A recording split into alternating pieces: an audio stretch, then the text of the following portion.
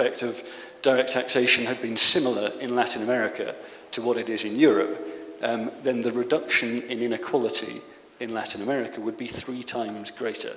This is an enormous lost opportunity to fight inequality if we listen to this, the argument that we should focus only on VAT, value-added taxes, only on taxing consumption, not taxing incomes, taxing profits.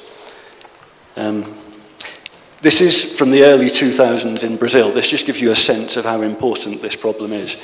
This is direct taxes, and here we see very low-income households paying a much smaller share of their income in taxes on income, and high-income households at the other end paying a much higher share. This is progressive direct taxation in Brazil. This is indirect taxation, which is exactly the opposite, highly regressive. The lower income households paying a much higher share of their income. Now, if we put that together, one effect dominates. So this is Brazil, early, mid-2000s. Lower income households in total are paying nearly half of their income in tax. High income households are paying a quarter of their income in tax. But low income households are paying this as consumption taxes, which are much less visible. People are much less aware that they're paying this tax, even though they're actually paying much more than people on high incomes. People on high incomes are also paying direct taxes, and that's the taxes that hurt you when it comes out of your salary. And so you notice, and so you demand accountability from government for how that money is spent. So if you think about a stylized tax system, you can think of a government making choices about tax which give rise to revenues, to redistribution, and to repricing. And this is a kind of a stylized model for a high-income country. But it's a very unhelpful one. If you think about a stylized model for a low-income country, government itself is partly a product of taxation.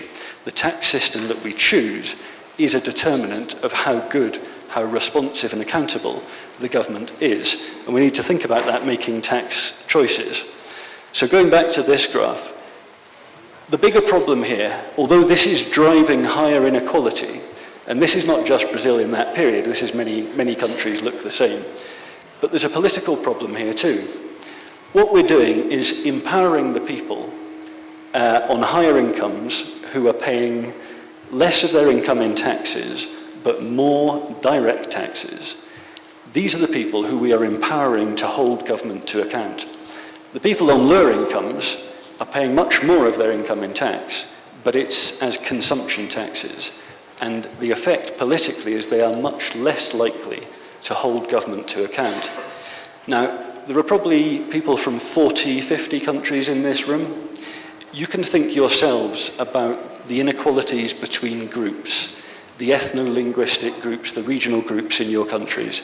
Think about who it is who is being empowered by this and who is being disempowered by this sort of tax system. And then think about gender.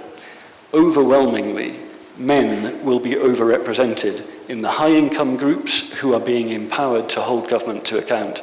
Women will be overwhelmingly overrepresented in the low-income groups who are not benefiting from this political empowerment. So our tax system is driving a much deeper political inequality, not only the economic inequalities that are easier to see. So, tax is political. Okay, the domestic decisions that we're taking have to reflect not just can we raise some money quickly from natural resources or from consumption taxes, but what is the deeper impact on our political context, on our state and citizen relationship. Within that, direct taxes are particularly important. It's taxes on incomes and profits that really drive the accountability relationship. And these depend a lot on the international conditions because so much of those incomes and profits can be moved or held elsewhere, which is why we need to think about those key injustices at the global level. I'll try and run through some of this a bit more quickly, but we can think broadly about multilateral companies shifting their profits away from where they do activity, and about individuals, as we've heard, holding their assets and income streams offshore without declaring them at home. And then finally, the inequality in the rule-making of international rules that are relevant here. Okay, this graph shows for American multinationals our estimates of misalignment, the extent to which profits have been moved away from where economic activity takes place. Now what we see is in the 90s, depending on the measure you use, 5 to 10% of profits globally were moved from the countries where the real activity took place into tax havens, into low-income, low-tax jurisdictions where there was no real activity. By 2012, that number has risen from 5 to 10% to 25%, even 30%. So there's been this explosion in profit shifting. The reason people are angry about this now is not because they happen to have seen it, it's because it's so much bigger. It used to be a marginal feature of the world economy, and now it is a dominant part of global business. We know that most countries lose. We also know that only a few countries win. So here we have Bermuda, Luxembourg, the Netherlands, Ireland, Switzerland, all with more than 60% of the profits that they have as their tax base actually related to economic activity taking place somewhere else, typically in developing countries. If we look at the big losers, we see a number of developing countries in there. From this region, Brazil stands out. Brazil is losing, we estimate, about the same amount in profits as are actually being declared. So about half of the profits that should be being declared in Brazil are being declared somewhere else. But if we think about those revenue losses in terms of, to give a comparison, the share of expenditures on public health, we see Ecuador actually is losing out slightly more than Brazil is, about 4% of public health revenues purely on losses to American multinationals. And some countries, Chile, Honduras, Panama, losing more than 10% of their public health only to American multinationals, who are perhaps 1 in 5 of the global multinationals. Overall, the best estimate we have is probably the IMF one, that the global revenue losses are about $600 billion. But that's higher as a percentage of GDP in non-OECD countries. And yet, it is the OECD that is making the rules around this. We've reworked that with better data, and we find the global revenue losses are slightly lower, perhaps $500 billion, but the intensity is even higher in developing countries than the IMF find. Down here, we see Latin America is particularly strongly affected. The losses, on average, are about 2% of GDP each year. In some cases, that's significantly more than the total revenues from corporate taxes. If we look at individual countries, you see some really striking losses too, but I should move on. Okay, I won't go into offshore assets in the same way, partly because the estimates are less good, but to the extent that we track them, we see very similar patterns. The intensity of losses tends to be higher in lower income countries. And yet, here again, the international rules are typically being set at the OECD, the group of high-income countries. Which takes us to the rule-making.